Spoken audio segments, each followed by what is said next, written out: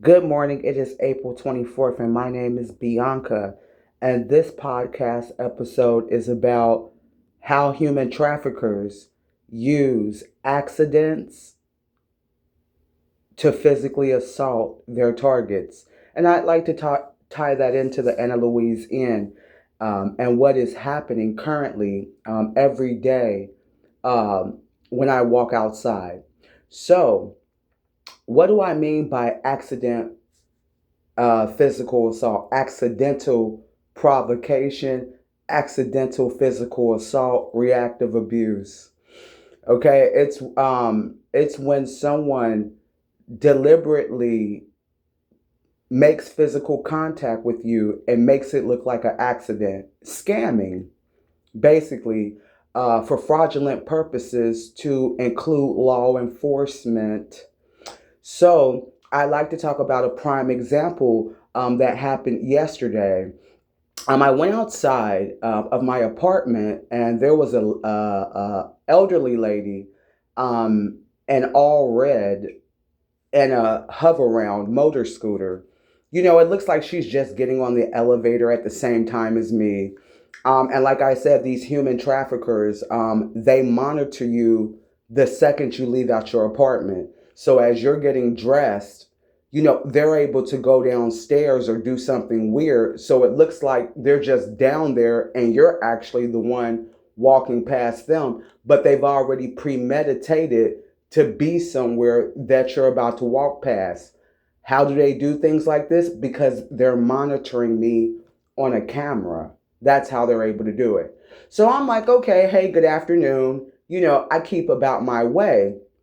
I go downstairs to sit at the bus stop, and Lisa, so this is a totally different tenant because I don't know what the lady's name is with the all red on yesterday, African American suspect that lives here. Okay, so then Lisa, as I'm sitting by myself having a smoke, Lisa comes out from the property. She peeks her head a couple times, paces back and forth. Next thing I know, I'm off in La La Land. Here comes Lisa coming off the property to the bus stop to sit right there to do some loud cursing and talking. I get up and walk around the building because I'm like, I already see what's about to happen. I already see what she's trying to do. She's trying to provoke a argument so that because the police were right up the street. I saw the police up there by, what's that, whatever that behavioral place is called, a little bit up from Louise. And so I'm looking at the situation. So I walk away from Lisa to prevent an argument, walk around the building. And then what happened? Oh, yeah, they were having some type of karaoke. And so I stopped to talk to the staff, the two ladies that were at the door. And I noticed Lisa walk past me, and then she walks up to the conversation. I thought that was a good time to leave the conversation because I'm like, oh, here comes Lisa. So as I leave the conversation, Lisa speeds behind me on the heels of my feet. Then as I turn my head, because I feel the acceleration of her in her walker, she speeds around me and walks on the side of me aggressively.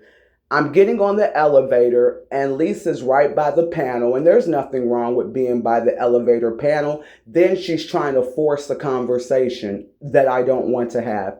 But I say, hey, Lisa, you're looking nice. To have a good day, Lisa.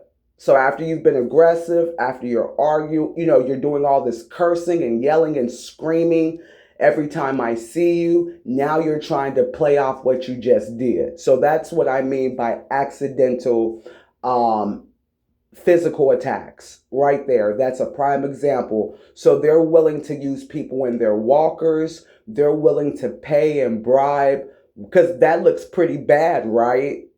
An elderly person or a person with a disability, and something happens where you have to defend yourself. That's why they pay people like Lisa and Barbara and the lady in her motor scooter with the all red on. Another situation, I'm driving, I went for a drive after the situation. I had something else to do.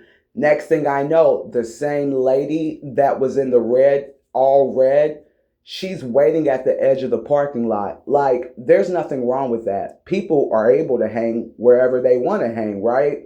People hang anywhere. I mean, that's not abnormal. I mean, people hang where they want to hang. I mean, people, no, that's not it. They're using an electronic device on a chat platform, and they're GPSing where I am.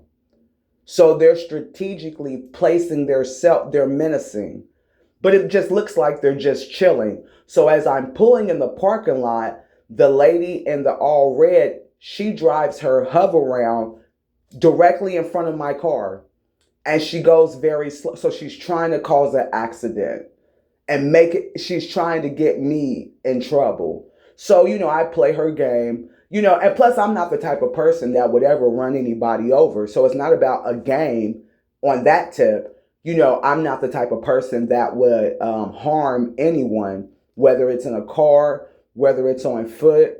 I'm a very kind person. I'm not the type of person that would ever harm anyone, whether they had a disability or not. But these are the type of games that they're playing on this property. They have little games where they rush, rush, rush, run, run, run, all sorts of weird stuff, run past me real quick. I mean, this is happening right in the hallways of Anna Louise. Like I said, the particular incident with Lisa, their tenant, which is known to be violent. They may try to lie and butter things up that these things are coming out. But Lisa is very violent. They have a couple of violent tenants here. And I guess Beth and Gordon thinks they're going to use these tenants to cause physical assault to me. They have sheriffs pull up for weird reasons, no reasons at all. Like I said, they're waiting for something to happen. They're waiting for something to transpire. And that's one of the ways that human traffickers thrive in trapping their female targets is people like lifeguard Zachary, Glenda Harris, Tyler Cook, Bridget Werner Berriman. People like these at the Gamble Nippert YMCA, they thrive off of their hidden business of paying landlords and tenants by drugs and money to harm women targets. Like I said, this has followed me for quite some time, and I have to make the public aware of what's going on at the Anna Louise Inn currently. These people are working underhandedly to scam and commit fraud. It's only in my best interest, and if you find yourself in similar situations and scenarios, not only at your property, because it never just stops at the property. Human trafficking, it follows you everywhere you go. Everywhere I go. I know it sounds absurd, but these people from the Gamble Nippert YMCA, this organization, has ties to gangs and mobs. So every time I go to the store or anywhere I go, they have these people, random people come up to me to attack me for no reason. And I know that sounds a little schizophrenic, that sounds a little neurotic, it sounds a little paranoid, it sounds all of these things until it happens to you. Hopefully it never happens to you. And the last thing I would like to say is this. If you're at the Anna Louise Inn, whether you're a staff listening or whether you're a tenant listening, and you're not involved, and you hear of someone involved, I caution you, don't get involved.